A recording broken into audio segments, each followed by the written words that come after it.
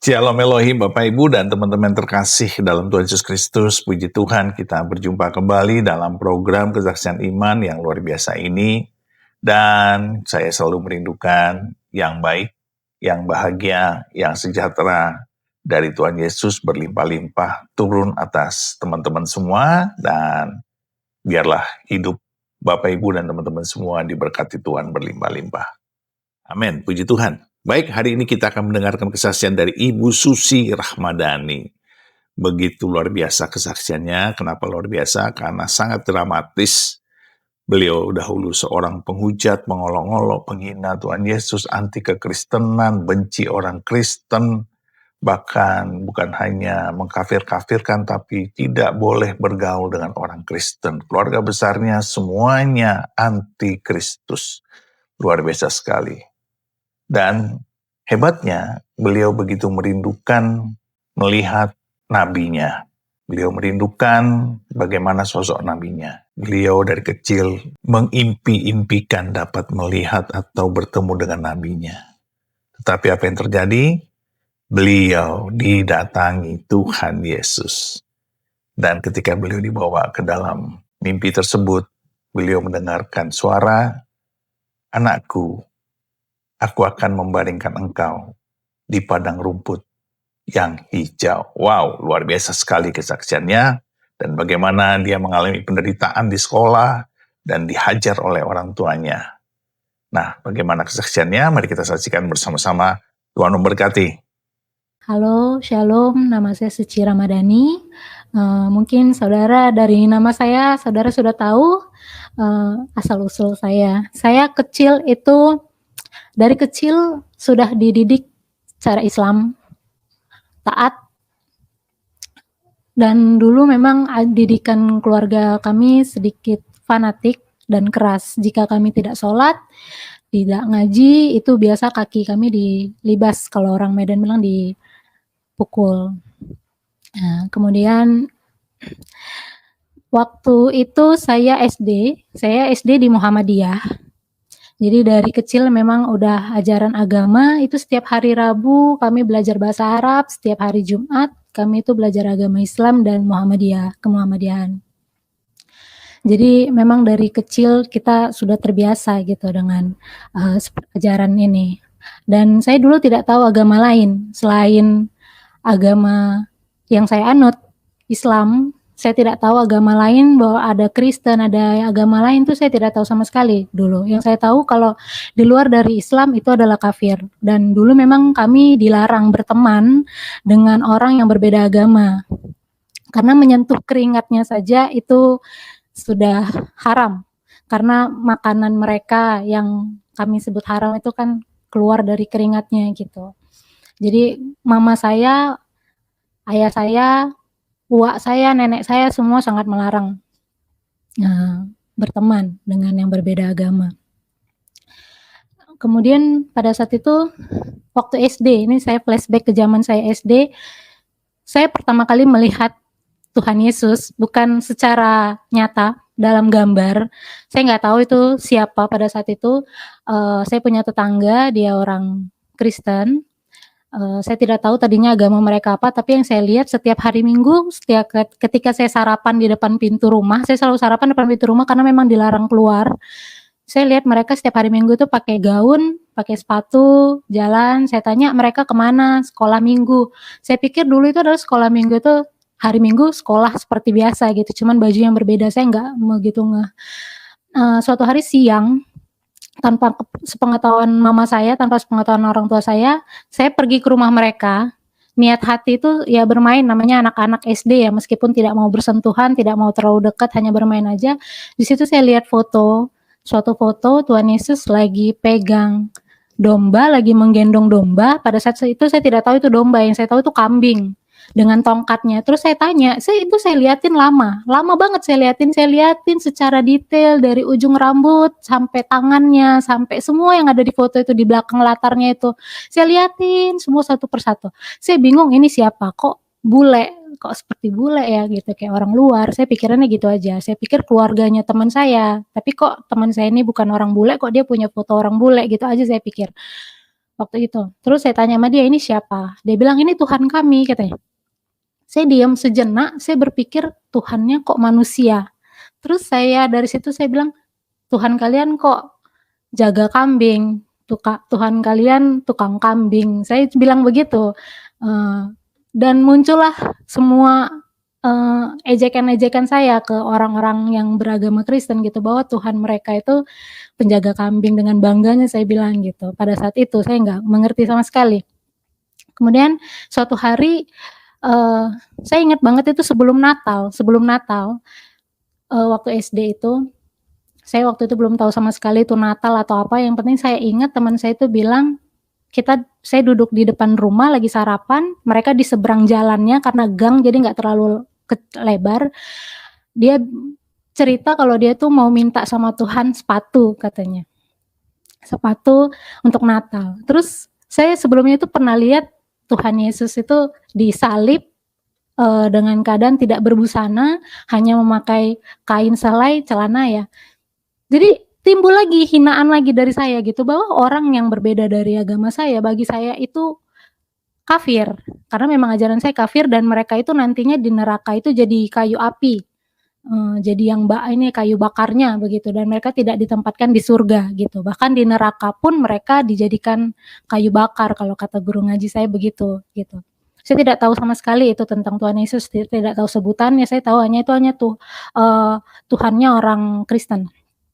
Nah, terus saya bilang sama dia begini, "Gimana Tuhan kamu bisa kasih kamu sepatu kalau Tuhan kamu saja tidak berbusana, tidak pakai baju," saya bilang begitu. Bahkan lebih kasar dari itu kata-kata saya masih ingat sama sekali kata-kata saya waktu SD, karena itu yang terus-terus saya ulang-ulangin kepada mereka.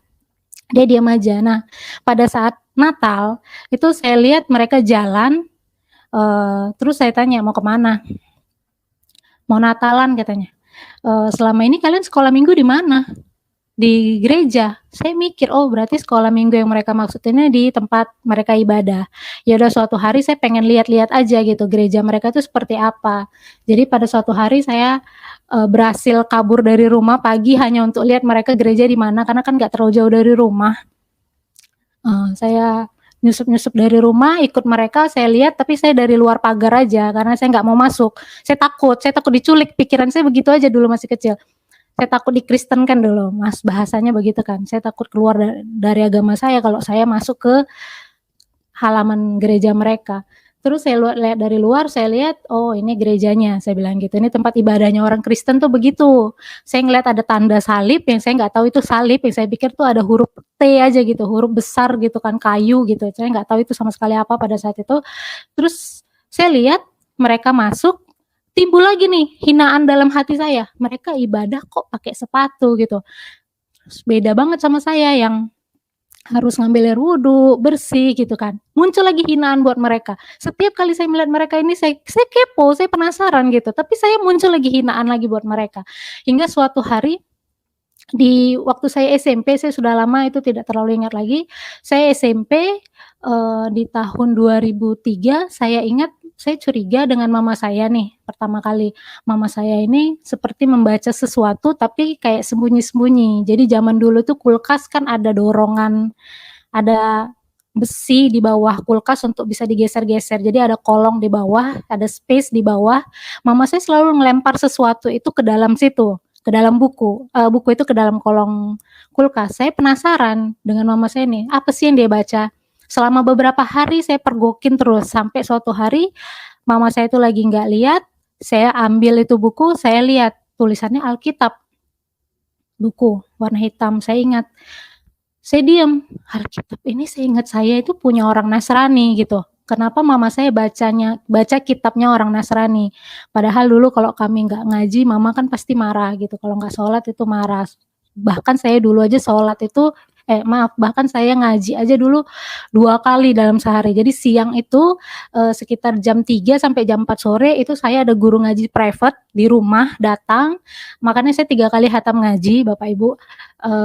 Saya ngaji 1 jam, diajarin sama guru ngaji saya. siang, terus nanti sore saya maghrib, itu saya sholat maghrib. Setelah selesai sholat maghrib, itu di masjid ada perkumpulan anak muda, anak-anak kecil juga yang seumuran dengan saya untuk diajarin ngaji oleh ustadz di situ. Jadi saya 2 kali ngaji. 2 kali saya mendalami Al-Qur'an dalam 1 hari dan saya senang gitu. Dan masih kecil pun saya itu selalu bermimpi selalu pengen punya impian, saya punya impian kuat banget saya akan bertemu dengan Nabi Muhammad.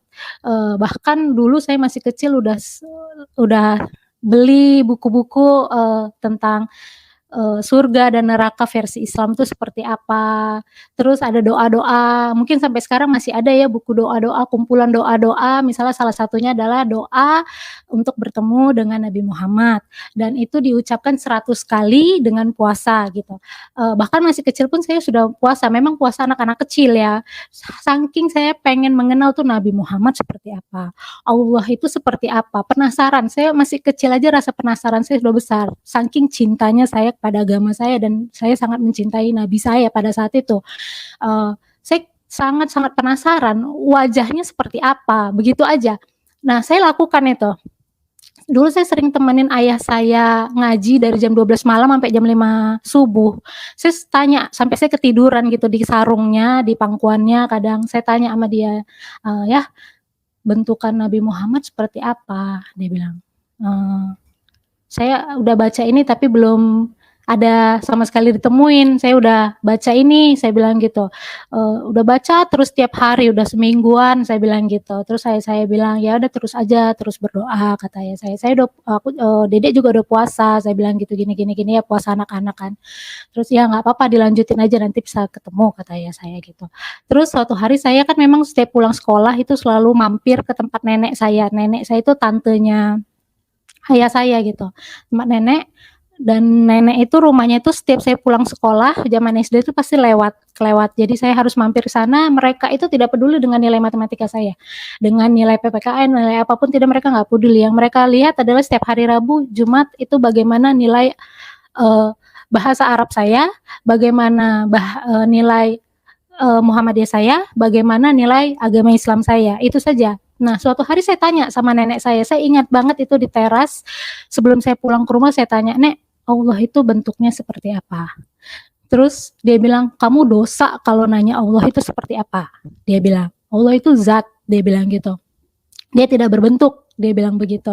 "Dan kamu berdosa kalau kamu tanya dia laki-laki atau perempuan." Saya ingat sekali nenek saya bilang. Terus saya tanya, "Nabi Muhammad seperti apa?" Dia bilang Nabi Muhammad itu wajahnya bersinar, tidak bisa kelihatan. Dia bilang begitu. Tapi rasa penasaran saya makin tinggi gitu.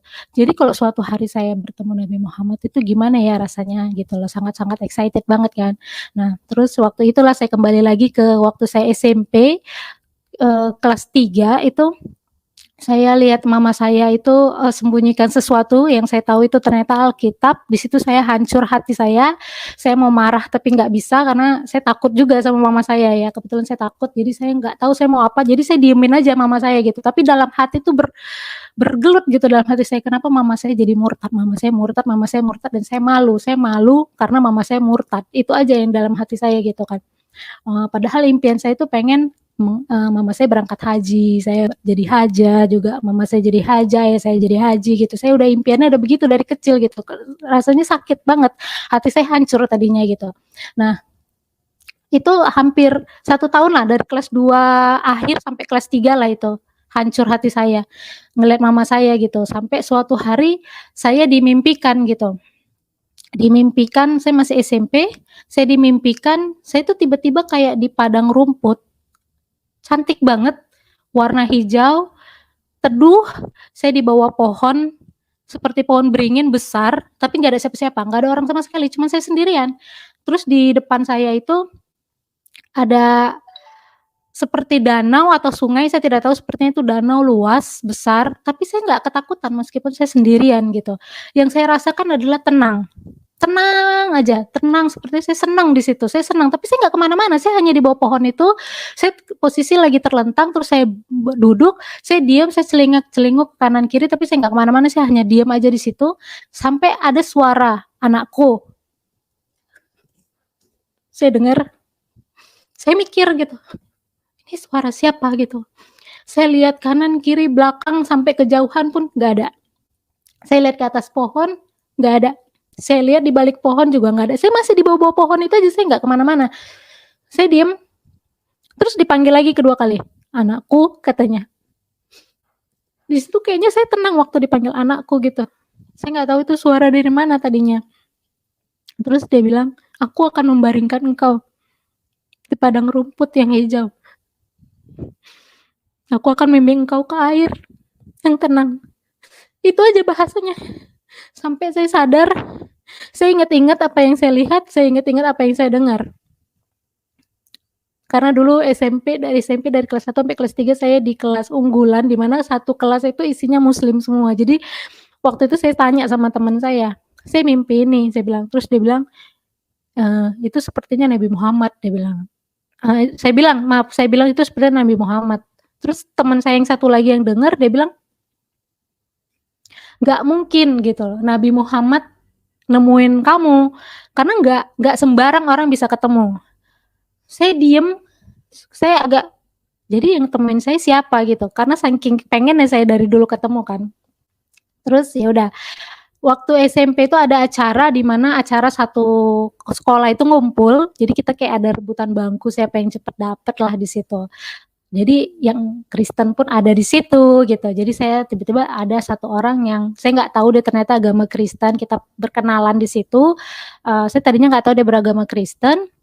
Kemudian entah kenapa kita cerita, saya cerita mimpi saya karena hati saya ini masih penasaran nih, ini siapa yang manggil saya anakku gitu. Saya pikirannya memang udah nggak ada kayak hantu atau takut atau apa, enggak. Saya pemikirannya adalah bahwa itu kayak sesuatu gitu yang berkaitan dengan agama gitu, tapi saya taunya itu agama saya gitu kan.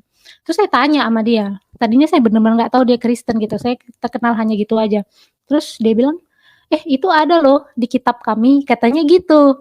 Terus saya bilang, "Agama kamu apa?" Saya bilang gitu. Terus dia bilang, "Agamaku Kristen." "Kitabmu apa?" Saya bilang gitu. "Alkitab," katanya.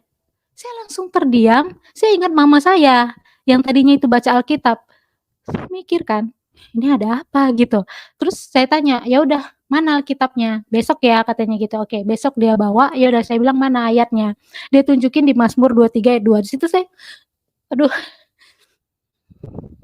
mmm, nggak bisa berkata-kata, saya masih kecil ya, masih kelas 3 SMP.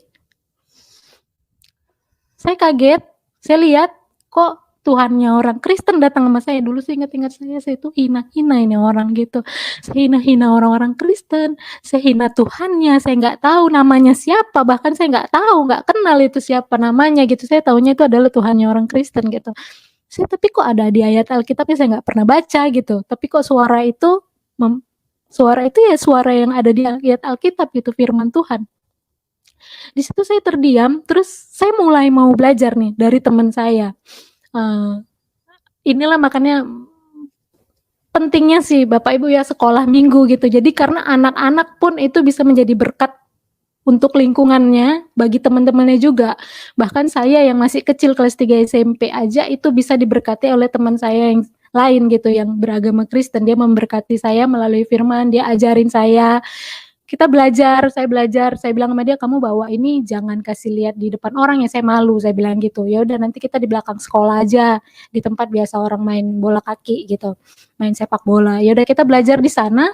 Setiap saya lihat rumput-rumput itu saya ingat lagi mimpi saya. Apalagi kalau udah ada angin gitu, saya ingat lagi mimpi saya ingat lagi semuanya. Terus saya berpikir, apa benar gitu Tuhannya orang Kristen yang datang ke saya gitu. Saya belum benar-benar menyebut nama dia Tuhan Yesus ya pada saat itu, karena belum benar-benar terlalu percaya pada saat itu. Akhirnya saya kasih pertanyaan lagi, saya bilang, "Kenapa kalian tuh Tuhannya, ada 3," saya bilang gitu, karena kan dia kasih tahu Tuhan, kami itu ada Allah Bapa, Putra, dan Roh Kudus.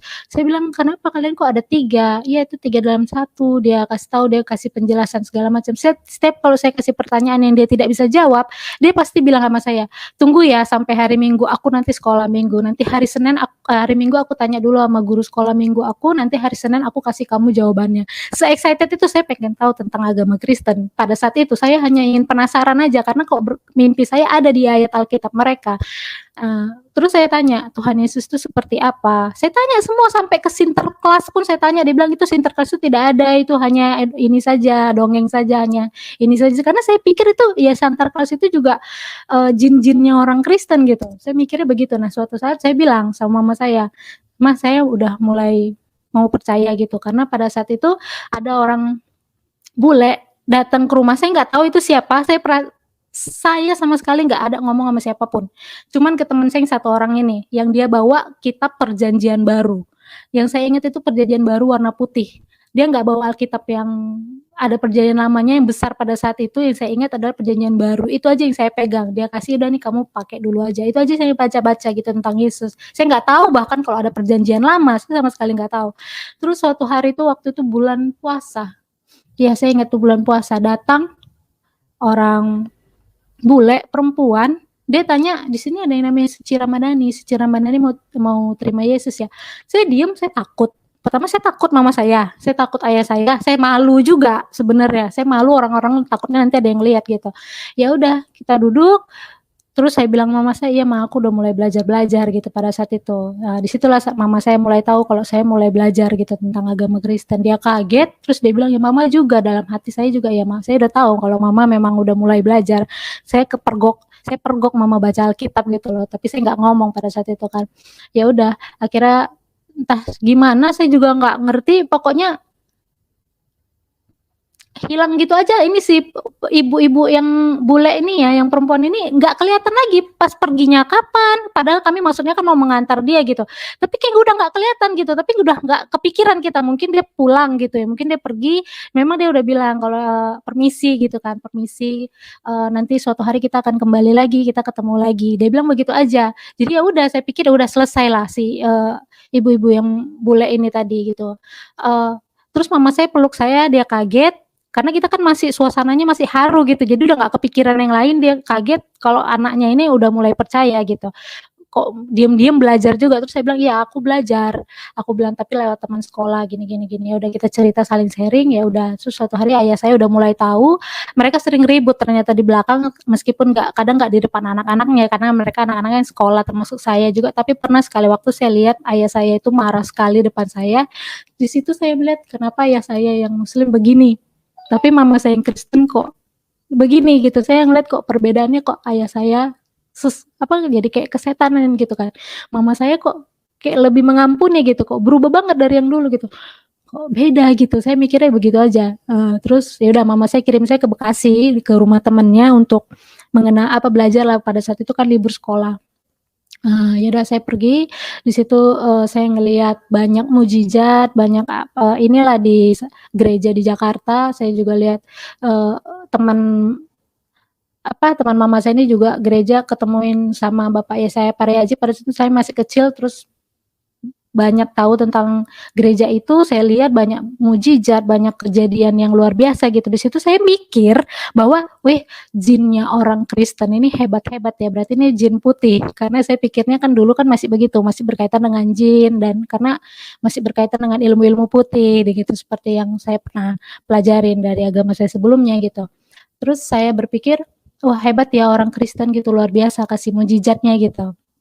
Eee Terus saya pulang, dengan bangganya saya bilang di sekolah bahwa saya sudah masuk Kristen, tanpa ada rasa takut. Padahal itu udah kelas 3 SMP mau, ujian, udah persiapan lah mau lulus-lulusan dan saya nggak ada rasa khawatir sama sekali, seperti anak-anak yang bangga banget gitu kalau dia udah masuk Kristen gitu. Bahkan tapi saya nggak tahu kalau itu akan membuat saya, eee, nangis-nangis sebenarnya.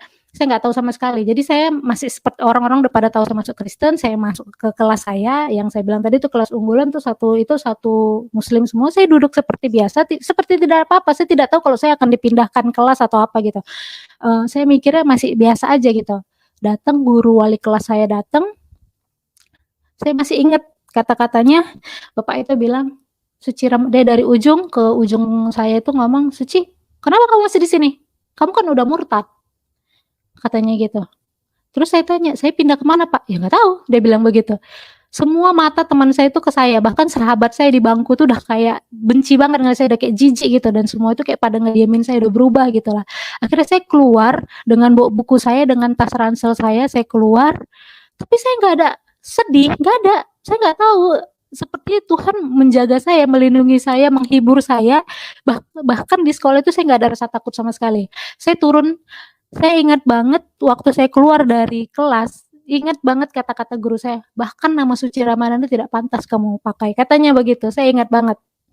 Saya tetap keluar aja, saya diem tapi saya nggak khawatir, saya nggak takut, nggak apa, saya duduk di tangga, saya diem, saya nangis hanya mikirin saya ini nanti kemana, sekolahnya di mana, kelasnya yang mana, saya mikirnya hanya itu, tapi bukan takut berarti saya ini akan diapa-apain karena Kristen, saya malu atau apa enggak, yang tadinya saya malu belajar, tapi saya udah nggak seperti itu, gitu. Nah, saya diem cukup lama di tangga itu karena posisi jam belajar masih pagi, jadi belum ada orang sama sekali, saya juga takut bukan takut bukan takut khawatir, tapi takut kalau saya datang ke ruang guru, nanti mereka marahin saya atau apa. Jadi saya mikirnya itu aja gitu.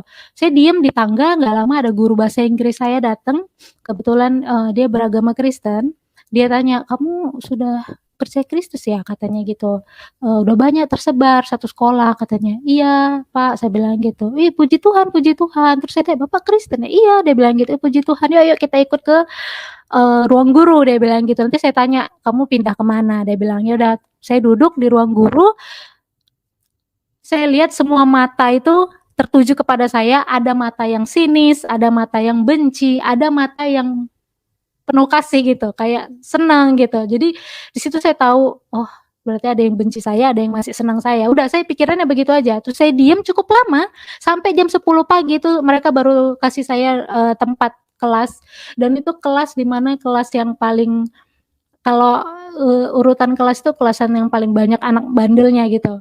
Di situ saya sebenarnya sedih gitu, sedihnya itu bukan karena apa, tapi "Ih kok saya jadi di sini gitu, kok sama anak-anak yang nakal?" Tapi ya udah nggak apa-apa saya bilang gitu kan, mungkin di sini yang dia, bisa menerima orang Kristen karena memang ada 2 agama dalam satu kelas itu, ya udah.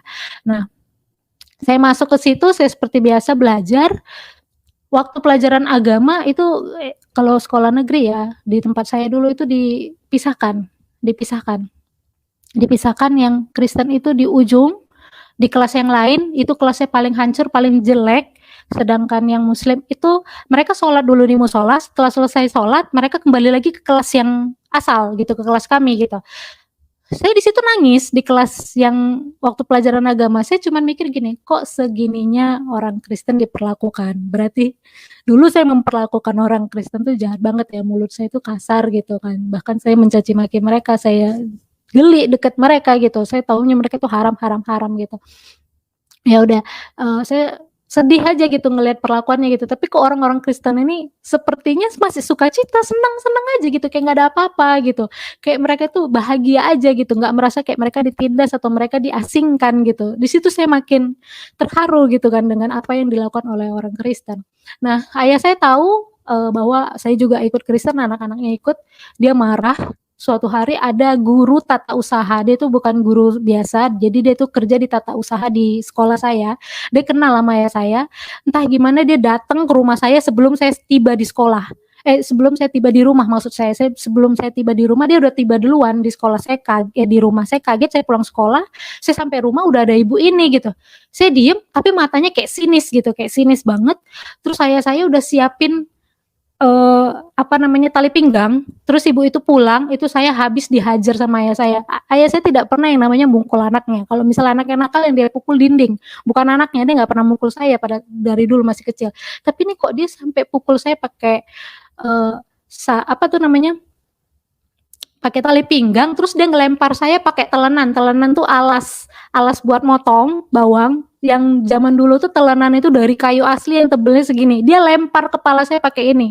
Puji Tuhan nggak kena, kalau kena saya nggak tahu ya apa yang terjadi sama kepala saya. Dia bilang katanya gini, "Kamu ya udah kafir kamu, murtad kamu, kamu ikutin orang-orang itu. Kamu tahu nggak?" Saya ingat kata-kata dia, "Orang-orang Kristen itu," katanya, "cuman ambil kalian ini yang masih gadis-gadis, nanti dinikahi sama pendeta-pendetanya." Dia bilang begitu. Saya diam, saya bilang, "Enggak, di gereja nggak kayak gitu," saya bilang kayak gitu. Saya masih jawab, "Enggak, di gereja nggak kayak gitu," saya bilang gitu. "Di gereja kami, belajar," saya bilang, "aku seneng," aku bilang kayak gitu. Terus dia bilang, Gak bisa katanya, kamu nanti suatu hari sudah besar, kamu gak akan pernah bisa nikah. Kamu ingat ya, darahmu itu mengalir darahku. Kalau aku masih hidup sampai kapanpun, kalau aku gak mau nikahkan kamu di gereja, kamu gak akan pernah bisa nikah. Itu dia ancaman dia ke saya. Saya diam aja. Udah, terus dia bilang apa? Gereja kamu pikir saya nggak tahu kamu gereja, kamu bilang ke rumah teman hari Minggu, saya pikir saya nggak tahu, dia bilang begitu. Saya tahu kamu seperti apa, dia bilang, kamu pergi ke gereja itu, dia bilang begitu. Saya pernah ikutin kamu naik angkot, dia bilang, kemana kamu, dia bilang begitu. Saya diam aja, terus dia bilang lagi gini, dia mencoba lagi supaya saya itu kembali ya, dia bilang, kasih perbedaan, dia bilang, lihatlah orang-orang Kristen itu, pergi mereka ke gereja pakai sepatu, semua mereka injak-injak, mereka masuk ke rumah ibadah mereka. Beda sama kita harus ambil air wudhu, kita buang kentut aja kita harus ambil air wudhu lagi katanya gitu. Kita buang air kecil aja kita harus air wudhu lagi. Beda, lebih suci, lebih bersih katanya gitu. Kenapa kamu mengotorkan, menajiskan diri, menajis katanya begitu. Najis kamu anak durhaka kamu gitu-gitulah. Saya ingat banget semua kata-kata dia. Saya hanya diam, saya dengerin dia ngomong apa. Saya tapi diam aja. Saya nggak bisa jawab apa-apa pada saat itu. Ya udah, saya nangis karena ya saya pukulin saya pikir ya saya berubah gitu, lebih pemarah gitu kan, lebih kayak orang kesetanan gitu. Bahkan dia pernah saya lihat dia udah kayak mau mengancam mau bunuh mama saya depan mata saya pada saat itu. Saya cuma ngeliat ayah saya kok kayak gini gitu kan, tapi saya tetap sukacita dalam hati saya, suatu hari ayah saya pasti dimenangkan kan gitu. Ya udah, saya tetap, mama saya bilang udah kita doain aja, kita sering nyanyi lagu pujian, dia matikannya pakai kaki, dia matikannya bukan pakai tangan, dia bilang najis kalau matikannya pakai tangan, dia pakai kaki dia matikannya. Jadi dia nggak suka dengan hal-hal begitu dia gitu. Terus suatu hari nih, saya kan dulu belajar agama lewat teman-teman mama saya yang beragama Kristen. Jadi ada satu teman mama saya yang dia, ayo ikut tante di gereja, nanti kamu datang ke rumah tante. Ya itulah yang setiap pagi saya bilang ayah saya mau kemana? Pergi kemana? Ke rumah teman. Udah, saya bilang gitu aja. Tapi dia tanya, ya ngapain? Dia bilang gitu. Saya nggak jawab. Saya diem aja gitu, saya jalan aja. Jadi suatu hari pernah suatu mukjizat terjadi. Saya ingat banget dan gak akan pernah saya lupa. Saya cuma punya uang 3.000 perak. 3.000 perak. Saya harus sisihkan uang jajan saya karena saya juga les. Saya juga mau pergi juga ibadah gitu, tapi kan nggak ada uang dari ayah saya. Kalau misalnya saya dapat lebih kan pasti saya dicurigain kemana-mana bawa uang. Jadi saya harus sisihkan, saya punya uang jajan. Jadi saya cuma punya uang 3.000. Dulu itu 1.000 perak untuk pergi naik angkot. 1.000-nya lagi kolekte, 1.000-nya lagi saya pulang. Itu aja hitungan saya. Jadi setiap hari Minggu saya harus sudah siapkan 3.000 dalam hati saya, dari uang jajan saya sisihkan. Nah, suatu hari pagi-pagi saya inget banget itu waktu saya turun angkot, saya pencet bel karena depan mau turun, saya keluarin uang 1.000, 1.000-nya lagi jatuh. Lembaran 1.000-nya jatuh, terus saya lihat itu lembarannya itu kan angkot ini kan kencang ya. Lembarannya itu jatuh ke tukang beca gitu. Saya ngeliat tukang beca itu yang ngambil gitu. Saya diam kan. Aduh, dia saya mikir berarti kalau saya kasih 1.000 ini ke angkot berarti uang saya sisa 1.000. Saya mikir kan 1.000 ini apa ke kolekte atau ke nanti saya pulang. Saya diam, nggak mungkin saya main-main sama Tuhan Yesus. Saya bilang gitu, ya udah nggak apa-apa lah ini kolekte aja, nanti saya pulang jalan kaki. Nggak apa-apa lah saya jalan kaki, itu jauh banget dari rumah saya.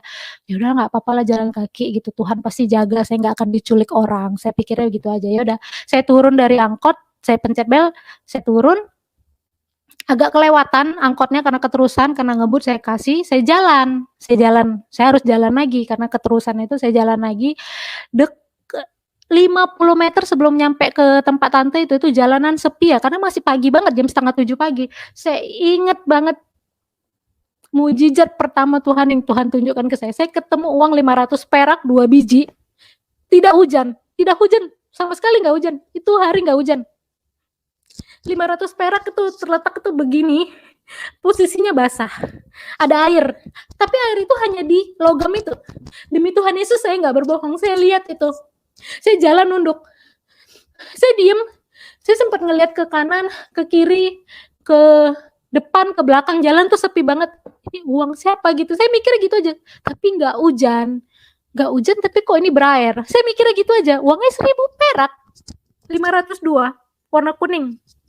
Saya ambil uang itu, saya bilang, puji Tuhan berarti nanti saya pulang gak jalan kaki. Saya bilang gitu dalam hati saya kan. Saya kasih dengan sukacita itu kolektif itu cuman itulah yang saya punya dari seorang anak kecil, anak sekolah, cuman itulah uang yang saya punya. Saya kasih, saya pulang, saya naik angkot, saya senang banget akhirnya saya nggak jalan kaki. Saya masih ingat terus sampai dewasa dan saya selalu mikir bahwa Tuhan itu nggak pernah meninggalkan saya, Dia nggak akan biarkan saya begitu aja. Saya yakin banget itu mujizat dari Tuhan dan pada saat besar saya baru ngerti bahwa sepertinya itu, seperti roti mana ya yang berembutnya, karena tidak hujan sama sekali tapi ada air di logam itu. Tuhan tidak ngasih kurang tapi juga Tuhan tidak ngasih lebih gitu. Tuhan kasih secukupnya sesuai yang saya butuhkan pada saat itu. Saya sampai sekarang luar biasa bersyukur banget sama Tuhan Yesus atas apa yang udah Tuhan lakuin gitu. Sejauh itu saya akhirnya nggak jalan kaki. Saya terus belajar sampai akhirnya saya tamat. Saya sempat sebenarnya khawatir kalau saya itu nggak di sekolah nggak lanjut sekolah karena saya itu sempat dipanggil guru olahraga, berbagai macam guru yang manggil saya untuk private gitu berdua. Mereka bilang kamu kafir, kamu kenapa mau-mauan, kamu begini, saya diancam mau dibunuh, saya diancam, teman saya bilang katanya hati-hati nanti kamu mayatnya digantung di sekolah kata guru agama. Saya diem aja. Saya bilang, "Oh iya ya, iya kami semua dilarang berteman loh sama kaum suci," katanya. Ya udah saya diam aja kan. Ya udah nggak apa-apa. Saya khawatir itu saya nggak diluluskan, tapi saya nggak khawatir kalau saya dibunuh. Saya nggak khawatir katanya ada mau diperkosa. Bayangin anak kecil loh udah ada omongan bahwa saya mau diperkosa. Katanya kalau dibunuh mayatnya digantung mau dipermalukan. Katanya ini anak murtad. Tapi saya nggak khawatir, saya sekolah loh seperti biasa loh. Saya punya iman yang kuat waktu masih kecil itu. Saya cuma khawatir satu, saya nggak diluluskan. Yang pikiran saya adalah sekolah, sekolah, dan sekolah. Saya cuma pengen lulus, saya cuma bilang sama Tuhan, Tuhan saya mau lulus. Tapi setiap saya berangkat sekolah saya nggak pernah takut. Saya nggak tahu kekuatan dari mana, saya percaya itu kekuatan dari Tuhan Yesus. Tuhan Yesus kasih saya kekuatan dan dia nggak bikin saya khawatir bahwa tenang nak kamu sekolah aja gitu. Jadi saya sekolah seperti biasa walaupun ada omongan-omongan itu saya tidak pernah takut. Bahkan guru-gurunya itu pernah bilang katanya kamu diancam nggak bisa sekolah lagi, kamu di DO, kamu nggak bisa lanjut SMA loh katanya gitu-gitulah, kamu nanti jadi gelandangan gini-gini. Saya tetap nggak takut, saya tetap sekolah seperti biasa, saya nggak minta perlindungan sama siapapun di sekolah itu, saya sekolah aja seperti biasa, begitu banyak mata yang sini saya nggak peduli, saya tetap sekolah dan akhirnya puji Tuhan saya lulus. Dan SMA saya bilang sama mama saya, "Ma saya nggak mau sekolah negeri," saya bilang begitu. "Kenapa? Nggak mau," saya bilang gitu. "Wah saya masukin aja ke sekolahnya orang Kristen," saya bilang gitu. Ya udah akhirnya saya dimasukin ke Metodis. Karena memang ada rasa khawatir juga gitu, saya nggak mau mengganggu sekolah saya gitu aja pada saat itu. Akhirnya saya SMA, saya lanjut, saya sekolah, seperti biasa saya mendalami Alkitab, saya rajin, semakin terbuka saya ke gereja ya, saya semakin tahu saya ke gereja dia semakin marah, dia sampai tinggalin rumah, berapa lama dia tinggalin rumah, dia nggak mau lihat kami, bahkan kami kangen, kami rindu pun dia tetap nggak mau datang. Pada saat itu, Medan sering ada gempa-gempa juga, dia tetap nggak mau datang.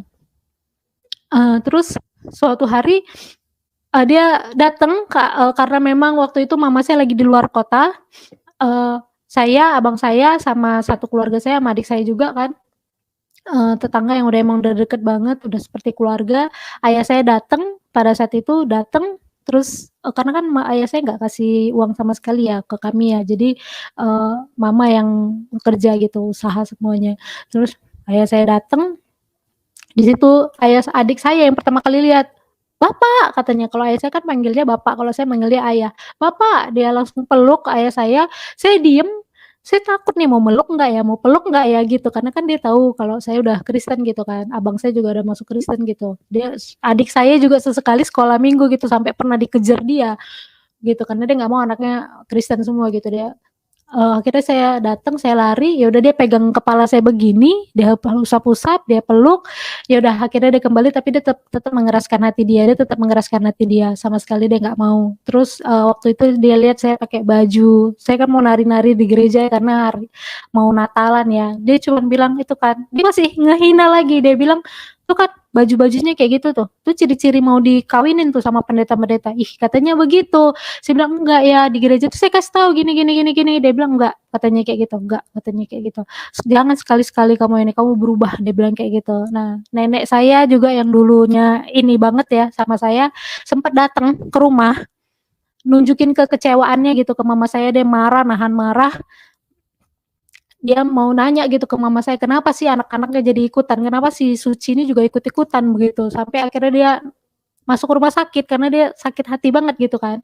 Akhirnya dia nggak terima cucunya juga masuk Kristen gitu, mama saya udah jelasin baik-baik segala macam dan untungnya nggak ketemu sama saya karena kalau ketemu sama saya itu mau ditarik mau kembali dimuslimkan kembali begitu, bahkan mereka mau ruqyah saya katanya begitu dan puji Tuhan mereka mau ke mana saya ke mana, mereka ke sini saya ke sini jadi nggak pernah ketemu sama sekali. Tuhan Yesus tuh selalu bantu jadi sama sekali nggak ada ketemu, saya ke mana dia ke mana, jadi nggak pernah selisih aja ketemu gitu. Jamnya pulang sekolah mereka tuh jam pulang sekolah, tapi entah kenapa saya tuh kayak waktu itu misal kejadian saya lupa nyetop angkot, saya malah keterusan entah sampai ke mana. Jadi saya nggak bohong. Akhirnya mereka pulang saya balik karena saya udah nyasar, keterusan, keenakan naik angkot gitu kan, diem gitu di dalam angkot baru sadar saya udah keterusan, akhirnya saya turun, saya balik lagi dengan angkot yang lain yang beda arah, balik ke rumah, mama saya cerita tadi ini begini keluarga datang katanya dia mau iniin kamu gini, tapi nggak ketemu, puji Tuhan banget, Tuhan Yesus itu luar biasa banget baiknya. Sampai akhirnya kami terus berdoa untuk ayah saya supaya bisa percaya dari 2003 ya 2004 saya baru benar-benar percaya sampai akhirnya terus kami mengenai mama saya coba dia bawa dia ke gereja, saya ingat waktu itu waktu kami gereja bareng, saya liatin ayah saya waktu lagi lagu pujian, ayah saya itu cuman diem, celingak, enggak tepuk tangan, enggak, dia diem aja, diem saja gitu. Dia mau masuk pada saat itu karena mama saya ulang tahun. Jadi orang gereja pada saat itu mau rayain mama ulang tahun, ayah saya yang biasanya antar jemput juga diajak untuk, "Yuk Pak, masuk," gitu. Masuk gitu. Ya udah dia temenin karena mama saya ulang tahun pada saat itu. Jadi dia diem aja celingak-celinguk, saya liatin aja dia gimana gitu reaksinya. Saya takut dia ngamuk-ngamuk, marah-marah kan. Ya udah akhirnya pas doa pun, pas saya lagi berdoa, sesekali saya masih liatin dia gitu, saya dalam hati saya cuma berdoa saya doakan, "Tuhan Yesus panggil ayah saya ya," saya bilang begitu aja, terus saya lanjut lagi doa, sampai akhirnya puji Tuhan, ayah saya percaya pada tahun 2018 dengan sangat susah payah, dengan banyak drama-drama luar biasa yang di antara keluarga kami sampai akhirnya dia tidak mengeraskan hatinya lagi dan dia mau dibaptis di tahun 2018 di bulan Agustus. Di tanggal 18 Agustus saya masih ingat banget. Dia akhirnya percaya, dia menyerahkan dirinya dibaptis, dia bilang, "Ya, saya percaya dengan Tuhan Yesus," dia bilang begitu. Itu sukacita yang luar biasa dari perjalanan hidup saya dari kecil, sampai sekarang penyertaan Tuhan itu luar biasa untuk hidup saya, baik sekolah saya, baik kuliah saya, baik sekarang saya berkarir. Tuhan Yesus itu luar biasa nggak pernah meninggalkan saya, tidak pernah membiarkan saya sampai jatuh tergeletak, itu luar biasa banget. Apapun yang Tuhan lakukan untuk saya dan keluarga saya percaya itu adalah yang terbaik. Kami juga udah tidak pernah ini lagi lah gitu, melihat lagi ke belakang gitu. Yang kami ingat adalah semua penyertaan Tuhan kepada keluarga kami termasuk kepada saya. Meskipun dulu tuh seperti ini kejadiannya, saya pernah diginiin, saya pernah digituin, saya nggak pernah pikirkan lagi, saya mengampuni semua orang-orang yang pernah, mencaci saya, menghina saya. Karena setiap saya dicaci, saya selalu ingat gini, saya dulu pernah mencaci orang Kristen juga. Jadi kalau sekarang saya dicaci, ya udah itu mungkin ini saya gitu, balasan untuk saya pikiran selalu begitu gitu. Saya nggak pernah takut, saya selalu mengampuni mereka, saya tidak pernah membenci sama mereka gitu, karena saya belajar kasih dalam Kristus. Itu saja dari saya cuman pesan bahwa sekolah minggu itu sangat penting, didiklah anak kita, keponakan kita, itu belajar tentang agama, mengenal Yesus Kristus dari sedini mungkin agar mereka juga menjadi berkat bagi orang lain. Bahkan teman saya pun pada saat itu masih kelas 3 SMP bisa menjadi berkat untuk saya. Dia mengajarkan saya tentang Alkitab. Bahkan anak kecil yang masih kecil seperti saya aja bisa dipanggil Tuhan loh, bisa dipakai Tuhan loh, luar biasa sekali. Saya masih ingat sekali teman saya itu, bagaimana dia memberitahukan tentang Kristen, dia kasih tahu segala macam, apapun yang saya tanya, kalau dia tidak bisa jawab, dia tanya lagi dulu ke sekolah minggunya, dia hari Senin dia kasih lagi saya jawaban. Meskipun kadang-kadang saya masih mengeraskan hati saya, itu luar biasa, sangat penting. Itu saja sekian dari saya, Pak. Haleluya, puji Tuhan, luar biasa sekali. Tuhan Yesus sangat baik karena Tuhan Yesus mengasihi semua manusia. Mbak Suci, saya punya satu pertanyaan nih. Di dalam mengikut Tuhan itu kan tidak mudah ya, banyak tantangan. Bahkan Mbak Suci bisa ya istilahnya mengalami hal yang sama seperti yang Mbak Suci pernah lakukan kepada orang-orang Kristen dulu waktu masih beda iman. Nah, pertanyaan saya kira-kira kalau tantangan itu semakin membesar, mungkin Mbak Suci dianiaya. Tadi kan sudah dianiaya orang tua karena ketidakmengertiannya apa, ayah dilempar dengan telenan, terus kemudian ya istilahnya dimaki-maki dengan kata-kata yang kurang pantas. Nah, kalau misalnya seandainya tekanan itu menjadi lebih besar sampai berujung kita harus menyerahkan nyawa kita, kira-kira bagaimana Mbak Suci punya komitmen kepada Tuhan? Apakah mau mundur, mau balik kepada keyakinan yang dulu, apa ikut Tuhan Yesus itu sudah harga mati?